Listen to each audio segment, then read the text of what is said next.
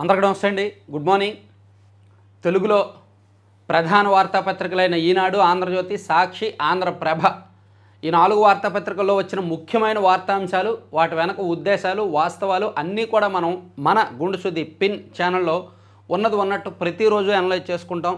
So రెగ్యులర్గా చూస్తున్న వాళ్ళు ఖచ్చితంగా లైక్ చేయండి. మీ ప్రతి లైకు ఇంపార్టెంట్ అండి. నా రిక్వెస్ట్ ఇది.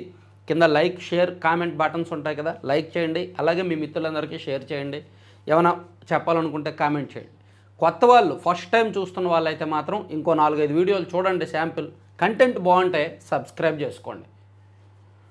సో ఆ బడ్జెట్కి సంబంధించి ఒక అంశాన్ని నిన్న కేంద్ర రైల్వే మంత్రి అశ్విని వైష్ణవ్ గారు చెప్పారు. బడ్జెట్లో ఆంధ్రప్రదేశ్ రైల్వే ప్రాజెక్టులకి 9,417 కోట్లు కేటాయించినట్టు ఆయన చెప్పారనమాట. విశాఖ, తిరుపతి, నెల్లూరు, రాజమహేంద్రవరం స్టేషన్ల అభివృద్ధి, మౌలిక వసతులపై ప్రధాన దృష్టి కేంద్ర మంత్రి అశ్విని వైష్ణవ్ వెల్లడి. బడ్జెట్లో ఆంధ్రప్రదేశ్ రైల్వే ప్రాజెక్టులకు 9,417 కోట్లు కేటాయించినట్టు రైల్వే మంత్రి అశ్విని వైష్ణవ్ వెల్లడించారు. 2009-14 మధ్యకాలంలో నాటి యూపీఏ ప్రభుత్వం ఉమ్మడి ఆంధ్రప్రదేశ్కు చేసిన సగటు వార్షిక కేటాయింపు 8,886 కోట్లతో పోలిస్తే ఇది 11 రెట్లు అధికమని తెలిపారు. ఆయన సోమవారం ఢిల్లీలోని తన కార్యాలయంలో విలేకరులతో మాట్లాడుతూ ఏ రాష్ట్రాలకు ఎంతెంత రైల్వే ప్రాజెక్టుల కోసం బడ్జెట్లో కేటాయింపులు చేశారనేది చెప్తూ ఈ 9,417 కోట్లు ఆంధ్రప్రదేశ్కి వచ్చాయని చెప్పారన్నమాట. సో ఒక రకంగా మంచి విషయమే. ప్రధాన స్టేషన్లకు విశాఖపట్నం స్టేషన్ అభివృద్ధికి 446 కోట్ల అంచనాలతో చేపట్టగా పాత గుత్తేదారు పనులు సరిగ్గా చేయనందున టెండర్ రద్దు చేసి కొత్త కాంట్రాక్టర్కి ఇస్తారంట. అలాగే నెల్లూరు రైల్వే స్టేషన్కు 103 కోట్లు, తిరుపతి రైల్వే స్టేషన్కు 312 కోట్లు ఆల్రెడీ పనులు జరుగుతున్నాయి. రాజమహేంద్రవరం రైల్వే స్టేషన్ అభివృద్ధికి 271 కోట్ల వ్యయం అంచనాలతో టెండర్లు సిద్ధం చేస్తున్నారు. ఈ 4 స్టేషన్ల అభివృద్ధికి 1,132.43 కోట్లు ఖర్చు చేస్తున్నారంట. సో ఈ అంశాన్ని ఈనాడులో ప్రధానంగా బ్యానర్ వార్తలో వేశారు. సో ఇవన్నీ కొత్తగా ఈ బడ్జెట్లోనే కేటాయించినవి కాదు, గత బడ్జెట్లో కూడా గత ఏడాది నుంచి కూడా ఇవి. ఇప్పుడు తిరుపతి రైల్వే స్టేషన్ అభివృద్ధి గత కొంతకాలంగా జరుగుతూనే ఉంది. అక్కడ పనులు, రాజమహేంద్రవరంలో పనులు జరుగుతూనే ఉన్నాయి, నెల్లూరులో పనులు జరుగుతూనే ఉన్నాయి. సో చాలా రైల్వే స్టేషన్ల అభివృద్ధి పనులు జరుగుతూనే ఉన్నాయి. ఈ బడ్జెట్లో వాటి కోసం కొంత అదనంగా అమౌంట్ కేటాయించారు. సో అది రాశారు. ఈవెన్ దీనిలో కూడా ఆంధ్రజ్యోతిలో కూడా అదే హైలైట్ చేశారు. రైల్వే బడ్జెట్లో రాష్ట్రానికి 9,417 కోట్లు, ఉమ్మడి రాష్ట్రం కంటే 11 రెట్ల అధికం. ప్రస్తుతం ఏపీలో 43 ప్రాజెక్టులు అమలు, వీటి విలువ 84,559 కోట్లు. 10 ఏళ్లలో 1,560 కిలోమీటర్ల కొత్త ట్రాక్లు అని చెప్పి అశ్విని వైష్ణవ్ గారు చెప్పిన లెక్కలు, ఆ అంశాలన్నీ కూడా ఆంధ్రజ్యోతిలో కూడా హైలైట్ చేశారనమాట. ఉమ్మడి ఆంధ్రప్రదేశ్కు 5 ఏళ్ల కాలంలో కేటాయించిన రైల్వే బడ్జెట్ కంటే 11 రెట్ల అధికంగా కొత్త ఆర్థిక సంవత్సరంలో ఆంధ్రాకు కేటాయించామని రైల్వే మంత్రి అశ్విని వైష్ణవ్ తెలిపారు అని ఈ అంశాన్ని హైలైట్ చేస్తూ రాశారు. తర్వాత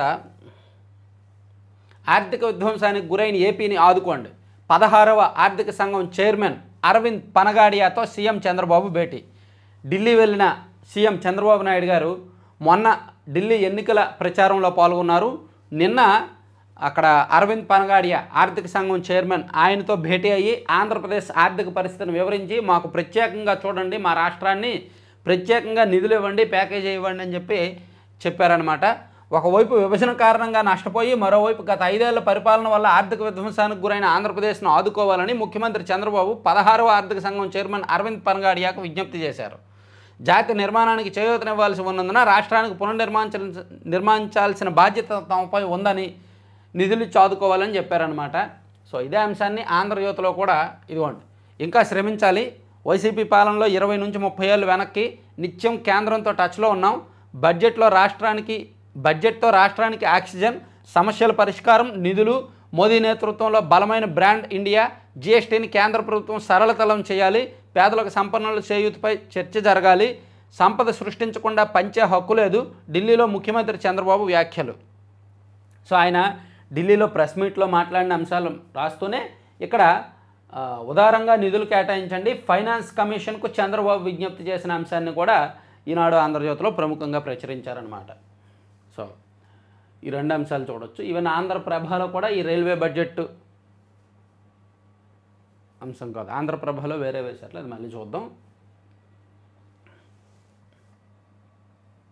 ఒక ముఖ్యమైన విషయం అండి, హైదరాబాదు ఆ సరౌండింగ్లో ఉన్న మన సబ్స్క్రైబర్స్, అక్కడ ఉన్న మిడిల్ క్లాస్ పీపుల్ కావచ్చు, లేదా ఆ ఐటీ ఎంప్లాయీస్ కానీ, అక్కడ ఇన్వెస్ట్ చేయడానికి ఒక మంచి ఆపర్చునిటీ. ఆల్రెడీ నేను గతంలో చెప్పాను, మన సబ్స్క్రైబర్స్ 3 అక్కడ తీసుకున్నారంట ప్లాట్లు, బాగుందని చెప్తున్నారు. సో మీకు విజయవాడ హైవేలో రామోజీ ఫిల్మ్ సిటీ ఆ సరౌండింగ్స్లో కావచ్చు, లేదా ముంబై హైవే వైపు కావచ్చు, బెంగళూరు హైవే వైపు కావచ్చు, లేదా సిటీలోనే బాలానగర్ ఏరియాలో కావచ్చు, ఓపెన్ ప్లాట్స్ అంటే ల్యాండ్స్ కొన్ని అవైలబుల్ ఉన్నాయి. మన సబ్స్క్రైబర్సే అది చూస్తున్నారు. అలాగే మిడిల్ క్లాస్కి అందరికీ అందుబాటు ధరలోనే ఉన్నాయి. సో మీకు చూడండి, ఒకవేళ ఇన్వెస్ట్ చేయాలి, మధ్యతరగతి వాళ్ళకి ఒక ప్లాట్ ఓపెన్ ప్లాట్ కొనుక్కోవాలి, మంచి అవకాశం ఉంటే చూడండి అనుకుంటే ఈ ఏరియాలో మీరు ఈ నెంబర్కి ఒకసారి కాల్ చేయండి. స్వప్న గారు, ఆమె కూడా మన సబ్స్క్రైబరే. అండ్ మొత్తం ఎక్స్ప్లెయిన్ చేస్తున్నారు, చేసి చూపిస్తారు. ఈ ఏరియాలో మీకు ముంబై విజయవాడ హైవేలో కావచ్చు, ముంబై హైవే కానీ, బెంగళూరు హైవే కానీ, లేదా బాలానగర్లో కొత్తగా గోల్డెన్ హైట్స్ అని ఒక కొత్త వెంచర్ స్టార్ట్ చేశారు, అడారీ గ్రూప్ అనమాట ఇది.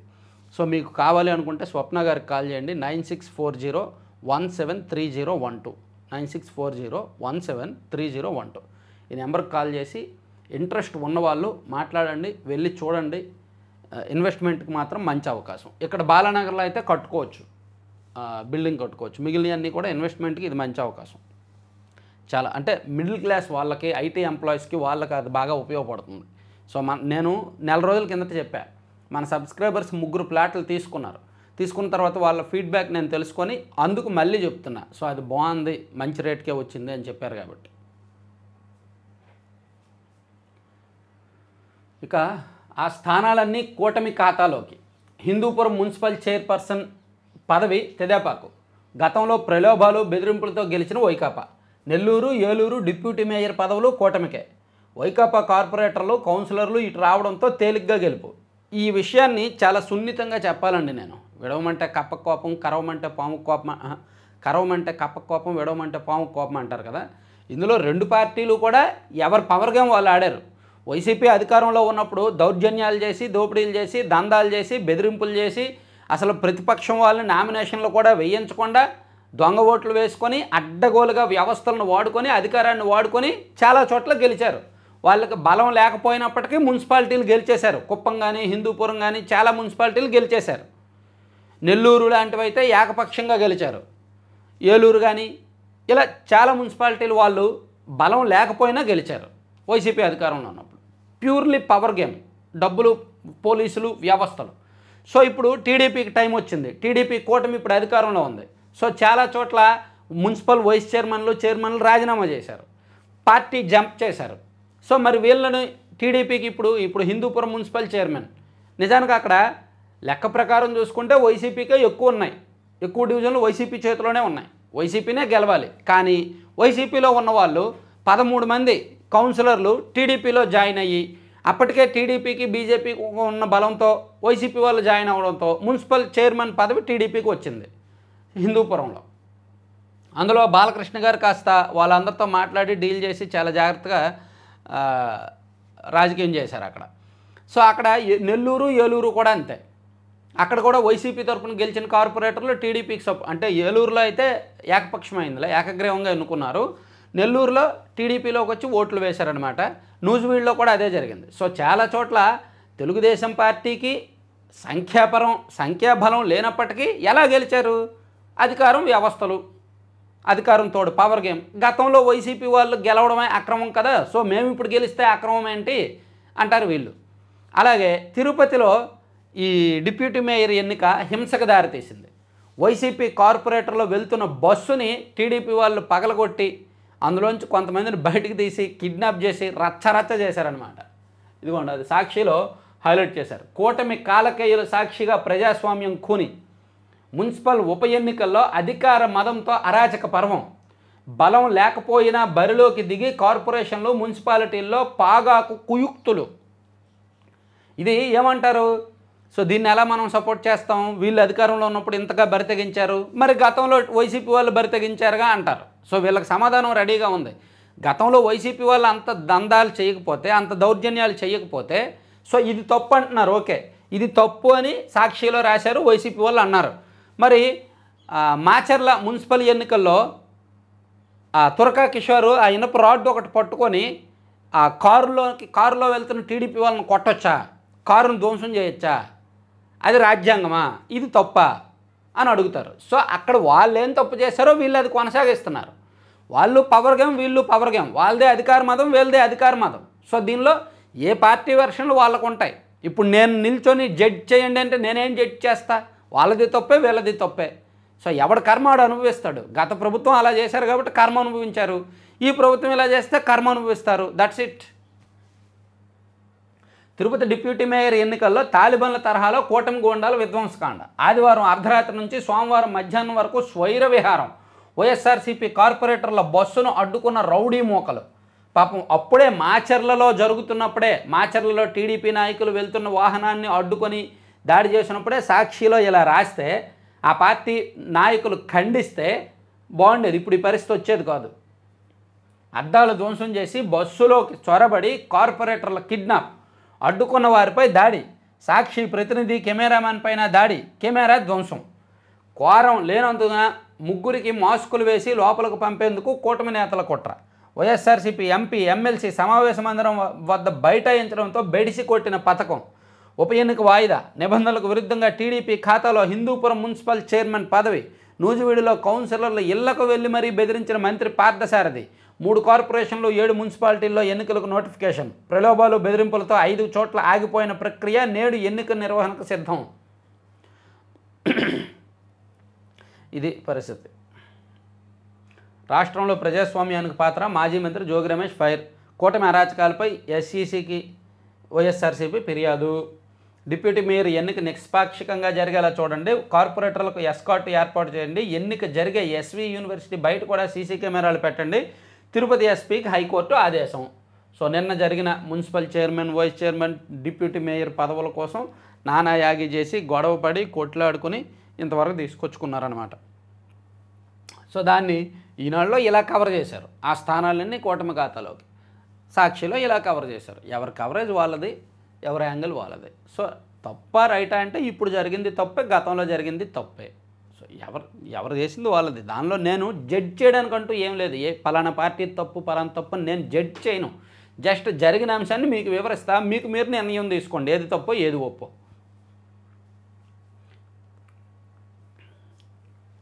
కుంభమేళాకు పోటెత్తిన భక్తులు. అమృత స్నానాలు ఆచరించిన 10 లక్షల మంది సాధువులు.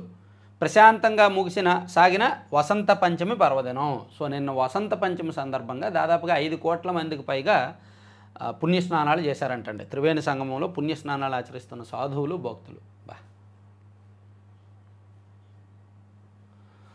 సో ఢిల్లీ అసెంబ్లీ ఎన్నికల్లో ప్రచారం ముగిసింది. రేపే పోలింగ్ జరగబోతోంది. 1,56,00,000 మంది ఓటర్లు ఉన్నారు ఢిల్లీలో. 70 అసెంబ్లీ స్థానాలకు రేపు ఉదయం నుంచి సాయంత్రం వరకు పోలింగ్ జరగబోతోంది. ఢిల్లీలో మ్యాక్సిమం 60-65% కంటే ఎక్కువ పోలింగ్ అయితే నమోదవ్వదు. అక్కడ వాళ్ళు పెద్దగా ఇంట్రెస్ట్ చూపించరు. సో ఈసారి పోలింగ్ శాతం పెంచడానికి ఈసీ తీవ్రమైన ప్రయత్నాలు చేస్తోంది. సో ఏం జరుగుతుందో చూడాలి. అక్కడ బీజేపీ, ఆమ్ ఆద్మీ పార్టీ నువ్వా నేనా అనేటట్టు కాంగ్రెస్ పార్టీ కూడా మొదట్లో పోటీలో ఉన్నప్పటికీ ప్రచారంలో వెనుకబడింది కాంగ్రెస్. సో చూడాలి ఏం జరుగుద్ది అనేది. తర్వాత నెక్స్ట్ పేజీలకు వెళ్తే డిప్లొమా అభ్యర్థులకు బంపర్ ఆఫర్. సాంకేతిక విద్యలో నైపుణ్యాలు ఉంటే డిప్లొమా అభ్యర్థులకు సైతం కంపెనీలు మంచి ప్యాకేజీలు ఇస్తున్నాయి. సో సాధారణంగా పాలిటెక్నిక్ డిప్లొమా చేసిన వాళ్ళకు కూడా క్యాంపస్ ఇంటర్వ్యూలు నిర్వహించి ప్యాకేజీలు ఇస్తున్నారంటండి. ఏదైనా సరే నైపుణ్యం. ప్రైవేట్ పాఠశాలలకు గుర్తింపు గడువు 10 ఏళ్లకు పెంపు. డిగ్రీ కళాశాలకు 5 ఏళ్లకు ఒకసారి అనుబంధ గుర్తింపు. విద్యాశాఖలో సంస్కరణలకు సహకరించాలి. విద్యాసంస్థల యాజమాన్యాలతో భేటీలో మంత్రి నారా లోకేష్. ప్రైవేట్ పాఠశాలల గుర్తింపు గడువు 10 ఏళ్ళు, ప్రైవేటు డిగ్రీ కళాశాల అనుబంధ గుర్తింపు 5 ఏళ్లకు పెంచుతామని విద్యాశాఖ మంత్రి నారా లోకేష్ తెలిపారు. ప్రస్తుతం పాఠశాలల గుర్తింపు గడువు 8 ఏళ్లు కాగా డిగ్రీ కళాశాల ఏటా అనుబంధ గుర్తింపు తీసుకోవాల్సి వస్తోంది. యాజమాన్యాల అభ్యర్థన మేరకు వీటి గడువు పెంపునకు మంత్రి అనుమతించారంట.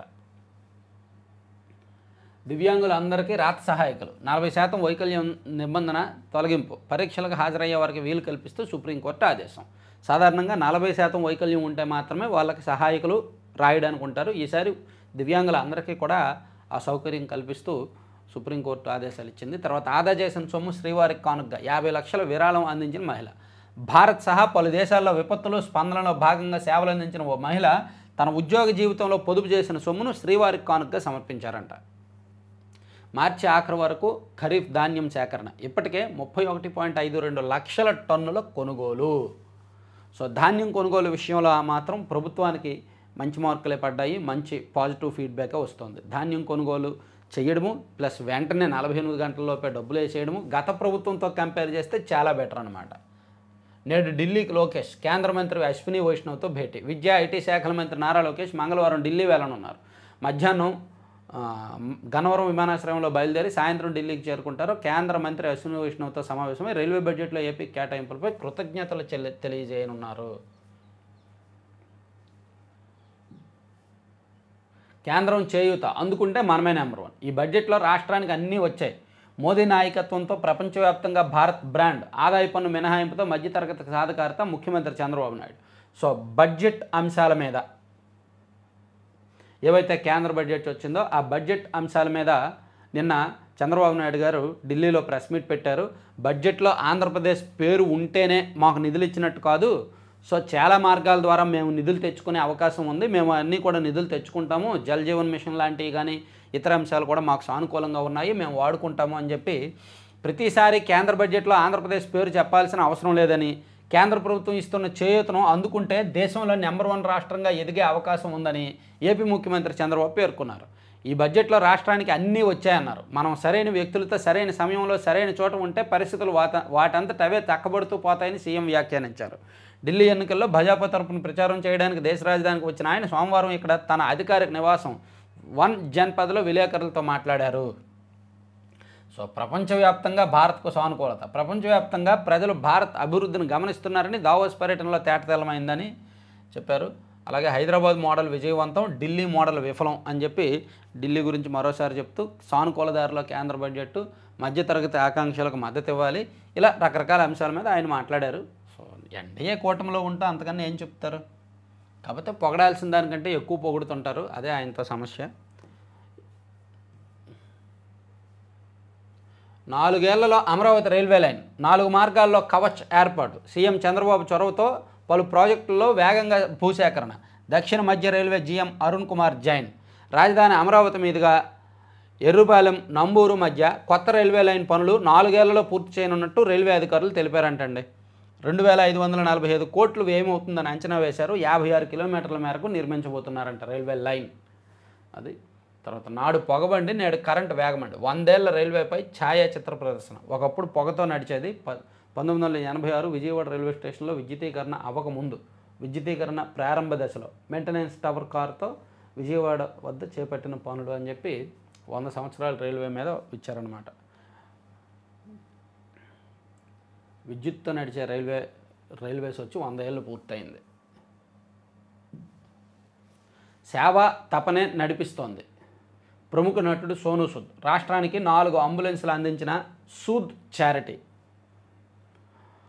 కోవిడ్ సమయంలో ప్రజలను ఆదుకోవాలన్న బాధ్యత మొదలైందని, సమాజానికి తిరిగి ఇవ్వాలన్న తపనే తనను ముందుకు నడిపిస్తోందని ప్రముఖ నటుడు సోనూ సూద్ తెలిపారు. తనకు తెలుగు ప్రజలు అత్యంత ఆప్తులని, వారి కోసం ఏదైనా చేయడం బాధ్యతగా భావిస్తానని తన చారిటీ తరపున రాష్ట్ర ప్రభుత్వానికి సోమవారం 4 అంబులెన్సులను అందించారు. ఇటువంటి వ్యక్తికి రాజ్యసభలో అవకాశం ఇవ్వచ్చుగా, అంటే ఏమంటారు, మేబీ అతనికి పాలిటిక్స్ ఇంట్రెస్ట్ లేదేమో, కానీ సోనూ సూద్ ఆయన చేసిన సేవలు మాత్రం ఖచ్చితంగా మనందరం ప్రశంసించాలి. కోవిడ్ టైంలో ఎవరండి ఇంత విరివిగా సేవ చేసింది? ఫలాంది కావాలి అంటే ఆలోచన లేకుండా అందించింది ఎవరండి? ఆయన అందించారు. అలాగే ఇప్పుడు మళ్ళీ నిన్న చంద్రబాబు గారిని కలిసి 4 అంబులెన్స్లు ఇచ్చారంట ఆంధ్రప్రదేశ్కు. సోనూ సూద్ మాట్లాడుతూ సమాజానికి మేలు చేయాలన్న విషయంలో ముఖ్యమంత్రి చంద్రబాబు చాలామందికి స్ఫూర్తి అని కొనియాడారు. కోవిడ్ సమయం నుంచి ఆయనతో టచ్లో ఉన్నానని చెప్పారు. చంద్రబాబు ఒక విజనరీ, సామాన్యుల కోసం చాలా ఆలోచిస్తారు. ఏపీ అభివృద్ధిలో నా భాగస్వామ్యం కూడా ఉండాలని వైద్య సదుపాయాలు సరిగా లేని ప్రాంతాల కోసం అత్యాధునిక వసతులున్న 4 అంబులెన్సులు ఇచ్చా. నెల్లూరు, చిత్తూరు జిల్లాల్లో వీటిని వినియోగిస్తారని అనుకుంటున్నా. రాజకీయంగా నాకు ఎలాంటి ఆశలు లేవు. నేను సామాన్యుణ్ణి. ఆంధ్రప్రదేశ్ నాకు రెండో ఇల్లు. నా భార్య కూడా ఇక్కడ వ్యక్తే. ఇక్కడ ప్రజల వల్లే ఇంతటి వాడినయ్యా. నటుడిగా నాపై ప్రేమ చూపించిన తెలుగు ప్రజలందరికీ ధన్యవాదాలు. త్వరలో ఉప ముఖ్యమంత్రి పవన్ కళ్యాణ్ను కూడా కలుస్తా అని సోనూ సూద్ గారు చెప్పారనమాట. దాన్ని హైలైట్ చేశారు. తర్వాత నందిగామ చైర్పర్సన్ ఎన్నికపై వాదనలు పూర్తి, తీర్పు రిజర్వ్ చేసిన కోర్టు. పాలకొండ ఎన్నికపై వ్యాజ్యం, విచారణ వాయిదా. ఆ కార్పొరేటర్లు ప్రయాణించే బస్సుకు భద్రత ఇవ్వండి, తిరుపతి ఎస్పీకి హైకోర్టు ఆదేశం. అభివృద్ధిని కాంక్షించే వైకాపా కార్పొరేటర్లనే చేర్చుకున్నాం కేంద్ర సహాయ మంత్రి పెమ్మసాని. వాళ్ళకి పనులు కావాలిగా, అందుకే చేరుతారు. మిరప రైతుకు నష్టాలు ఘాటు, క్వింటాల్ ధర 9 నుంచి 12,000 లోపే. ఎకరా సాగు చేస్తే 1,00,000 వరకు నష్టం. శీతల గిడ్డంగుల్లో పేరుకుపోయిన నిల్వలు, చైనా బంగ్లాదేశ్కు తగ్గిన ఎగుమతుల ప్రభావం. డిమాండ్, పంట లేనప్పుడు డిమాండ్ ఉంటుంది, పంట చేతికి వచ్చిన తర్వాత డిమాండ్ తగ్గిపోయి రేటు తగ్గిపోద్ది. మిర్చి ఇవన్నీ వీటితో అదే సమస్య. పత్తి కానీ మిర్చి కానీ ఇవన్నీ కూడా ఆ డిమాండ్ చూసి రైతులు పంట వేస్తారు. ప్రతి సంవత్సరం ఈ సీజన్లో వస్తుంది, కరెక్ట్గా దిగుబడి వచ్చే టైంకి సిండికేట్ అయ్యి రేటు తగ్గించేస్తారు. వరుసగా 60 రోజులు అసెంబ్లీకి రాకపోతే జగన్పై అనర్హత వేటు. శాసనసభ ఉపసభాపతి రఘురామకృష్ణరాజు. సో జగన్ అయినా మరే ఎమ్మెల్యే అయినా సహేతుక కారణంతో సెలవు కోసం దరఖాస్తు చేయకుండా వరుసగా 60 రోజులు అసెంబ్లీకి రాకపోతే చట్ట ప్రకారం అనర్హతకు గురవుతారు, పులివెందులకు ఉప ఎన్నికలు వస్తుంది అని చెప్పి రఘురామకృష్ణరాజు గారు చాలా స్పష్టంగా చెప్పారు. సో జగన్మోహన్ రెడ్డి గారు అసలు దరఖాస్తు చేయలేదు, సెలవు పెట్టలేదు, కారణాలు పెట్టలేదు, రికార్డుల్లో సంతకం కూడా చేసి వెళ్ళలేదు. కాబట్టి 60 రోజులు చూసి ఆ తర్వాత ఆటోమేటిక్గా ఆయన అనర్హుడు అయిపోతారు, పులివెందులకు ఉప ఎన్నిక వస్తుంది అని రఘురామకృష్ణరాజు గారు చెప్పారనమాట. మొత్తం సభ్యుల్లో 10% బలం ఉంటేనే ప్రతిపక్ష హోదా ఇవ్వాలన్న సాంప్రదాయాన్ని 1952 నుంచి అనుసరిస్తున్నారు. ఇది ఆయనకు తెలుసు. వరుసగా శాసనసభకు గైర్హాజరయ్యే వారిపై చర్యలు తీసుకోవడానికి చట్టంలో నిబంధనలు అవకాశం కల్పిస్తున్నాయి. 60 రోజుల వ్యవధిలో సెలవుకు దరఖాస్తు చేస్తే పరిశీలిస్తారు, లేకుంటే 60 రోజులు దాటిన తర్వాత ఆయన ఆటోమేటిక్గా ఎమ్మెల్యేగా అనర్హుడవుతారు, పులివెందులకు ఉప ఎన్నిక వస్తుంది అని వెల్లడించారు. చాలా పర్సనల్గా తీసుకున్నారు పాపం. వస్తేనేమో ఆట ఆడుకుంటారు, రాకపోతే ఇలా ర్యాగింగ్ చేస్తారు. మోదీ సర్కారు 90% విభజన హామీలను నెరవేర్చింది. యామిని శర్మ. సత్యజ్యోతికి చంద్రబాబు అభినందనలు. వేపుళ్లకు వాడిన నూనె మళ్ళీ వాడుతున్నారా? దేశంలో వంట నూనెల వినియోగంపై కేంద్రం సర్వే. ఛార్జింగ్ స్టేషన్లో పెట్టేద్దాం, అప్పుడే విద్యుత్ వాహనాలు ధైర్యంగా కొంటారు. మారుతి హ్యుండై మోడల్తో ఈవీ రంగంలో ఉత్సాహం అంట. ఐటీ నియామకాలు పెరుగుతున్నాయి, జీసీసీలే ప్రధాన కారణం అని ఒకటి చెప్పారు. తర్వాత బడ్జెట్ చర్యలతో బ్యాంకు డిపాజిట్లు 45,000 కోట్లకు పైగా అంటండి. ఆర్థిక సేవల కార్యదర్శి నాగరాజు అంచనా. నియామకాలు 4% పెరిగాయి. జనవరిపై నౌకరీ నివేదిక. నియామకాలు 4% పెరిగాయని ఇచ్చారు. తర్వాత సో నేషనల్ అంశాలు ఒకసారి చూసి తర్వాత అక్కడికి వెళ్దాం. ఢిల్లీని దోచుకుంటున్న బడేమియా ఛోటేమియా, వెనుకబాటుకు కేజ్రీవాల్ సుషేదియాలే కారణం. అమిత్ షా ధ్వజం. సో ఢిల్లీ ఎన్నికల ప్రచారంలో భాగంగా చివరి అమిత్ షా గారి పంచ్లు ఇవి. తర్వాత నాన్న మృతదేహాన్ని 2 ముక్కలు చేయి, తమ్ముడికి డిమాండ్ చేసిన అన్న. అంత్యక్రియల కోసం గొడవపడ్డ సోదరులు. అబ్బా, అంత్యక్రియల కోసం 2 అన్నదమ్ములు గొడవపడి 2 ముక్కలు చెయ్యి అని చెప్పి అన్నారంట. గ్వామాలో మృతుల సంఖ్య 900. సరే, ఇవి పక్కన పెడితే సాక్షిలో ఈ అంశం చెప్పుకున్నాం. తర్వాత టారిఫ్ వార్ బొమ్మ బొరుసు. చైనా, మెక్సికో, కెనడాలపై ఇప్పటికే ట్రంప్ సుంకాల మోత. మనపైన వేలాడుతున్న టారిఫ్ కత్తి. కొన్ని రంగాల్లో ఎగుమతులకు అనుకోని వరం. రూపాయి పతనమే మనకు ఇప్పుడు అతిపెద్ద దెబ్బ. దిగుమతులు భారమై ఉత్పత్తుల రేట్లు పెరిగే అవకాశం. విదేశీ ఇన్వెస్టర్ల తిరోగమనంతో స్టాక్ మార్కెట్లు ప్రతికూలమే. సో రూపాయి 87 రూపాయల 25 పైసలకు చేరింది నిన్న. డాలర్తో రూపాయి విలువ క్షీణిస్తోంది బాగా. ఇదిగోండి, పసిడి ఆల్ టైమ్ హై, రూపాయి ఆల్ టైమ్ లో. ప్రతిష్టాత్మక Tata steel masters chess tournament title భారత గ్రాండ్ మాస్టర్ ఖాతాలో చేరింది. టీడీపీ నేతను చితకబాదిన మహిళలు. గుంటూరు జిల్లా లాం గ్రామంలో అక్రమ మైనింగ్ చేస్తున్న టీడీపీ నేతను మహిళలు చితకబాదారు. అక్రమంగా పదే బ్లాస్టింగ్ చేయడం వల్ల తమ ఇళ్లపై రాళ్లు పడుతున్నాయని టీడీపీ గ్రామాధ్యక్షుడు షేక్ అఫ్జల్ నిలదీయగా అతను దురుసుగా ప్రవర్తించాడు. దీంతో మహిళలతో పాటు టీడీపీ కార్యకర్తలు కూడా అఫ్జల్ మీద దాడి చేశారు. అధికారం ఉంది కదా, నోరుకు పని చెప్తే అంతే. 12న మన్యం బంద్. టూరిజం అభివృద్ధి చెందాలంటే గిరిజనుల ఉనికి కోసం రక్షణగా ఉన్న 1/70 చట్టాన్ని సడలించాలని అసెంబ్లీ స్పీకర్ చింతకాయల అయ్యన్నపాత్రుడు వ్యాఖ్యలను నిరసనగా 12వ తేదీన మన్యం ప్రాంతాల బంద్కు ఆదివాసీ జేఏసీ జిల్లా కన్వీనర్ రామారావు ద్వారా పిలుపునిచ్చారు. ఓకే. కుంభమేళా విషాదంపై దద్దరిల్లిన పార్లమెంట్, ఉభయ సభల్లో నినాదాల హోరు, నిరసనల మధ్య కొనసాగిన ప్రశ్నోత్తరాలు, రాజ్యసభలో విపక్షాలు వాకౌట్. సో కుంభమేళాలో 30 మంది చనిపోయారని ప్రభుత్వం అధికారికంగా చెప్తోంది. కానీ వేలాది మంది చనిపోయారు అని మల్లికార్జున్ ఖర్గే ఆయన వ్యాఖ్యానించారు. నిన్న రాజ్యసభలో జరిగిన చర్చలో అసలు వేలాది మంది చనిపోయారు, ప్రభుత్వం ఒరిజినల్ లెక్కలు దాస్తోంది అనడంతో ఒక్కసారిగా ఉభయ సభలు దద్దరిల్లాయి అన్నమాట.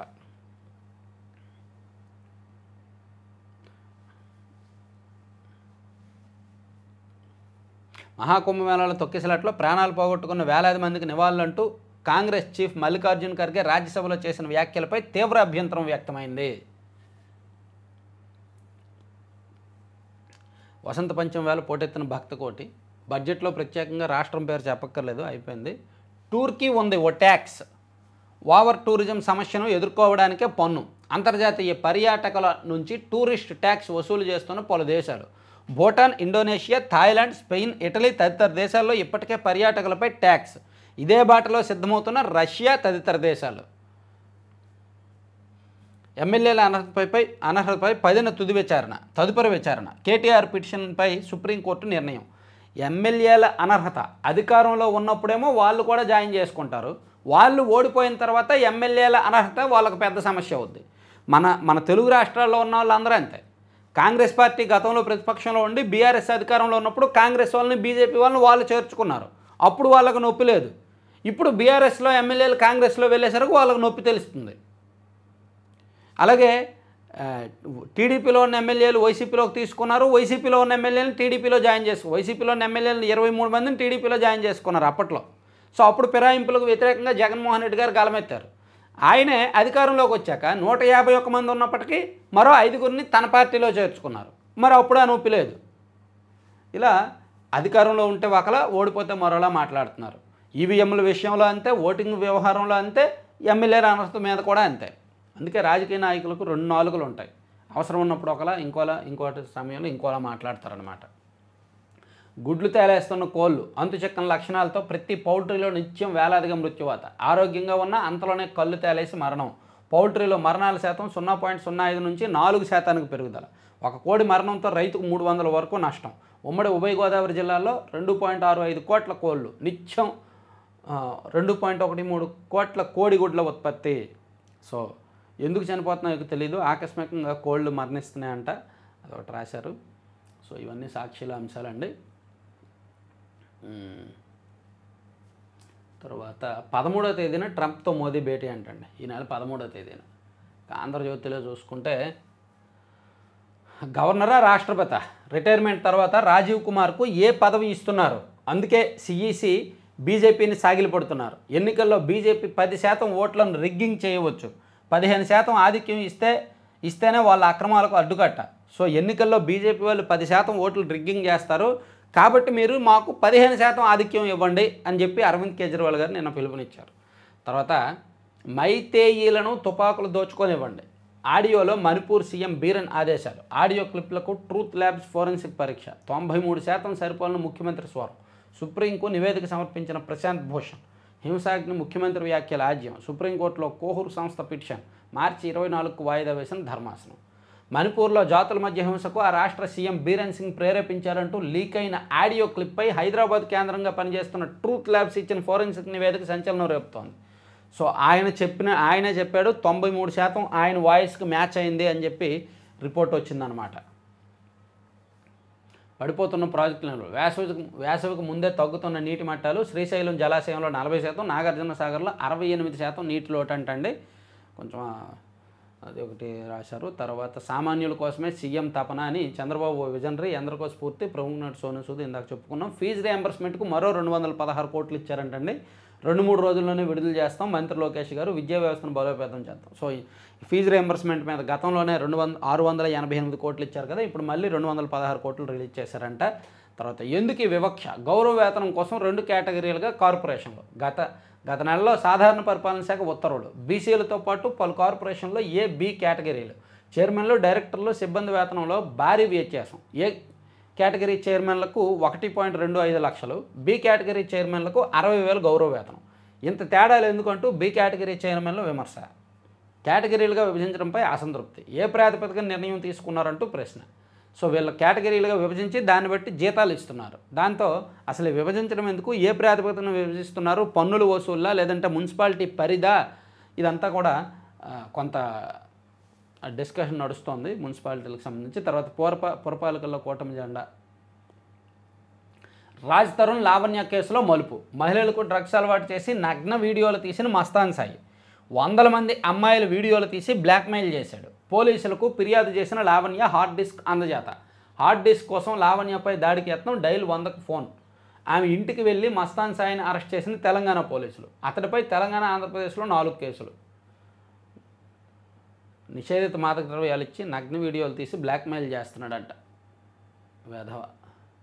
రాష్ట్రపతి గౌరవానికి భంగం కలిగించారు. కాంగ్రెస్ అగ్రనేత సోనియాపై సభా హక్కుల ఉల్లంఘన నోటీసులు. రాజ్యసభ చైర్మన్కి అందజేసిన 40 మంది బీజేపీ ఎంపీలు. మహాకుంభమేళలో వేలాది మంది మృతి. రాజ్యసభలో ఖర్గే సంచలన వ్యాఖ్యలు. మృతదేహాలను సంఘంలో విసిరేశారు. ఎంపీ జయా బచ్చన్ ఆరోపణ. ఉభయ సభలను కుదిపేసిన తొక్కిసలాట. క్యాన్సర్ కబలిస్తోంది. సో ఇవన్నీ ఆంధ్రజ్యోతి అంశాలండి. చివరిగా ఆంధ్రప్రభకు వెళ్దాం. సో ఇందాక చెప్పాను కదా, హైదరాబాద్కి సంబంధించి ఎవరైనా ఇంట్రెస్ట్ ఉంటే ఈ హైవేలో ఈ ముంబై అండ్ బెంగళూరు, విజయవాడ ఈ హైవేలో ఎక్కడైనా ఇన్వెస్ట్ చేయాలన్నా లేదా బాలానగర్లో గోల్డెన్ హైట్స్ అనే వెంచర్లో కొనాలన్నా సరే ఈ నెంబర్కి కాల్ చేయండి.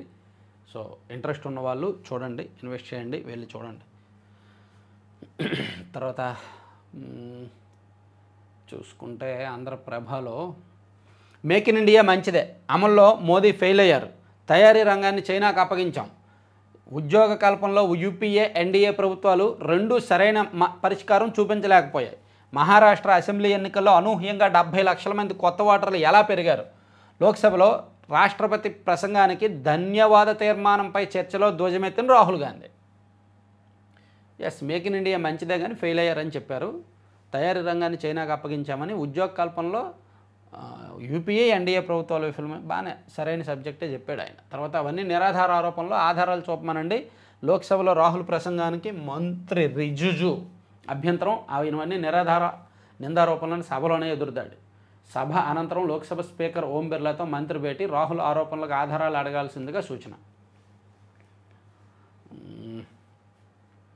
ప్రసవోత్తరంగా municipal chairman, vice chairman line కూటమిదే హవా. ఓకే, మెట్రోలకు 6 నెలల్లో లైన్ క్లియర్. విజయవాడ, విశాఖ మెట్రోలకు భూసేకరణకు ప్రభుత్వం ఆదేశాలు. వివిధ రాష్ట్రాల నుంచి 26కు పైగా రైలు ప్రాజెక్టుల ప్రతిపాదనలన్నింటికీ ఒకే విడత అనుమతి ఇవ్వాలనే యోచనలో కేంద్రం.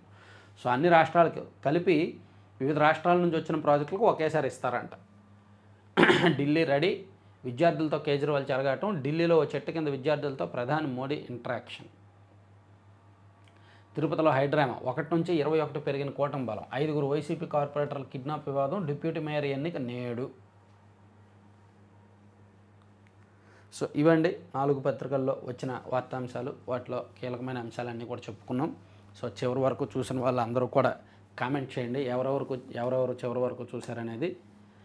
సో లైక్ చేయండి, షేర్ చేయండి. Thank you very much.